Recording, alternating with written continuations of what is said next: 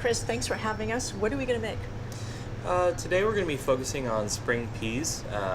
One very classic dish in Italy is peas and prosciutto. It's traditionally done in a pasta, but I wanted to make a salad with it today. Nice, light Southern California flavors.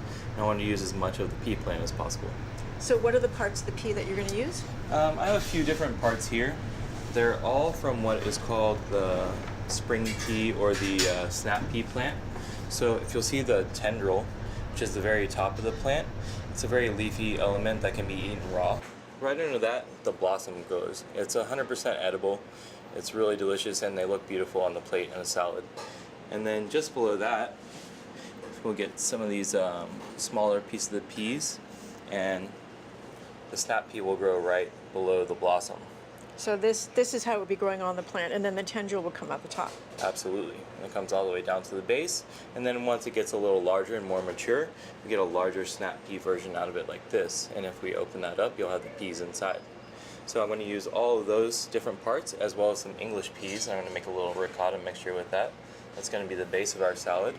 And then I'm going to layer in some of our prosciutto di Parma, which has been aged for 18 months. And then I'm making a white wine and Dijon vinaigrette as well. Let's get cooking. All right. I'm zesting Meyer lemon into my English peas. The fragrance is just amazing. Wow. That's going to be the base of our salad. Afterwards, we're going to blanch the larger, more mature snap peas. They're going to be in the salad as well. And then everything else is going to be served raw. It's kind of funny because I've grown peas and I've certainly eaten them, but I never thought about the fact that different parts of the plant would actually taste different. Of course. Now he looks like he's playing with it, but I am sure he knows what he's doing. I was a weird kid. So what are we adding? So this is a New York style ricotta. It's a little bit smoother than your typical ricotta. And why do you choose that one? I like it because when you're mixing this with something, it really holds its shape well. And since I'm using this for the base of the salad, I want it to stay in place and kind of hold all the other ingredients in its own place.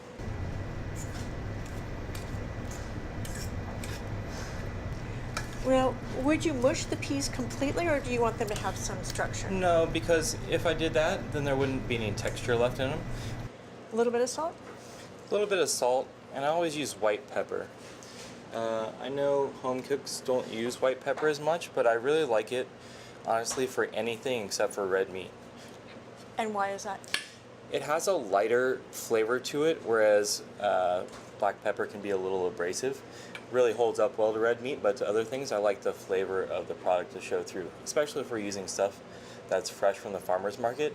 That should be the important flavor, not the seasoning that we're using. Tell me what's in the bowl. So right now I have a little bit of Dijon mustard, some white wine vinegar, and chili flake. And now that looks like a shallot. It is. I'm just going to mince the shallot, and that's going to be kind of one of our base flavors in the vinaigrette as well. And being mixed with the vinegar that's in there, it's going to kind of cook it almost like a, pickling or like a ceviche. So I just want to mix all those ingredients together. Looks beautiful. So now, just going to slowly mix in my olive oil. So you don't bother with a whisk, you just use a fork to do it? Absolutely. Can I help? Certainly. A little stabilization here. And what's your ratio of olive oil to everything else? Generally, the most standard ratio is going to be 2.5 to 1. This is Cal Virgin olive oil. It's local California olive oil. And I like it because it's not super heavy on the grassy or peppery flavors. And that way it blends well into this. It doesn't try to take over the vinaigrette. So even your olive oil, is a local product? Absolutely. So it's totally emulsified. Oh, and it smells heavenly. Ricotta's done, dressing's done. What's next? Last thing I have to do in our prep phase is lightly blanch my snap peas. So what I'm going to do is just kind of remove these ends, which are inedible. And then they're ready to go in the water. After they come out, I'm going to split them open, and they'll be ready to plate. So what I'm looking for here is the color. You can see before I put them in, they were a little more pale. And then once the heat starts to penetrate the flesh, it starts to get more of that bright green color that we saw in the other peas. So when I see that, I want to wait about 10 seconds, and then I know they're ready to pull out. So now we're going to start with that base of the ricotta and English pea mixture that I made with the Meyer lemons.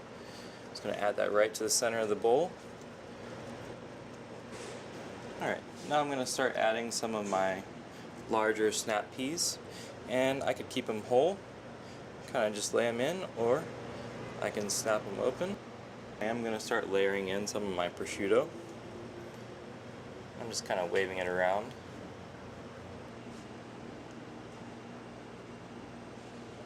So it's very efficient. You're using all parts of the plants. We always want to use all the parts because we're going to get variety in the flavor that we get from that one plant. Oh, now the tweezers come out. Yes. This is the careful work? Absolutely. One, I don't want to damage the tendrils that I have. And two, I just want to make sure that I get them in a place where, again, I'm building it up with a little height. Now, is there anything special to cleaning the tendrils when you get them? The main thing is just to give them a nice wash. You could also shock them in an ice bath. Even though you don't blanch it, you can still kind of set some of that chlorophyll and make it get nice and bright green. And also, you'll be cleaning it at the same time. This looks like spring. Absolutely.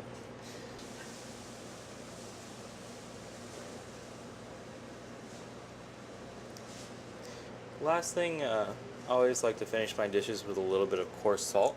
This one is a Maldon. It's very versatile. Comes in large flakes, which add a lot of texture to the dish. And also it's important in our different steps to always be seasoning. We can't just add one thing that's seasoned to another and expect everything to be seasoned.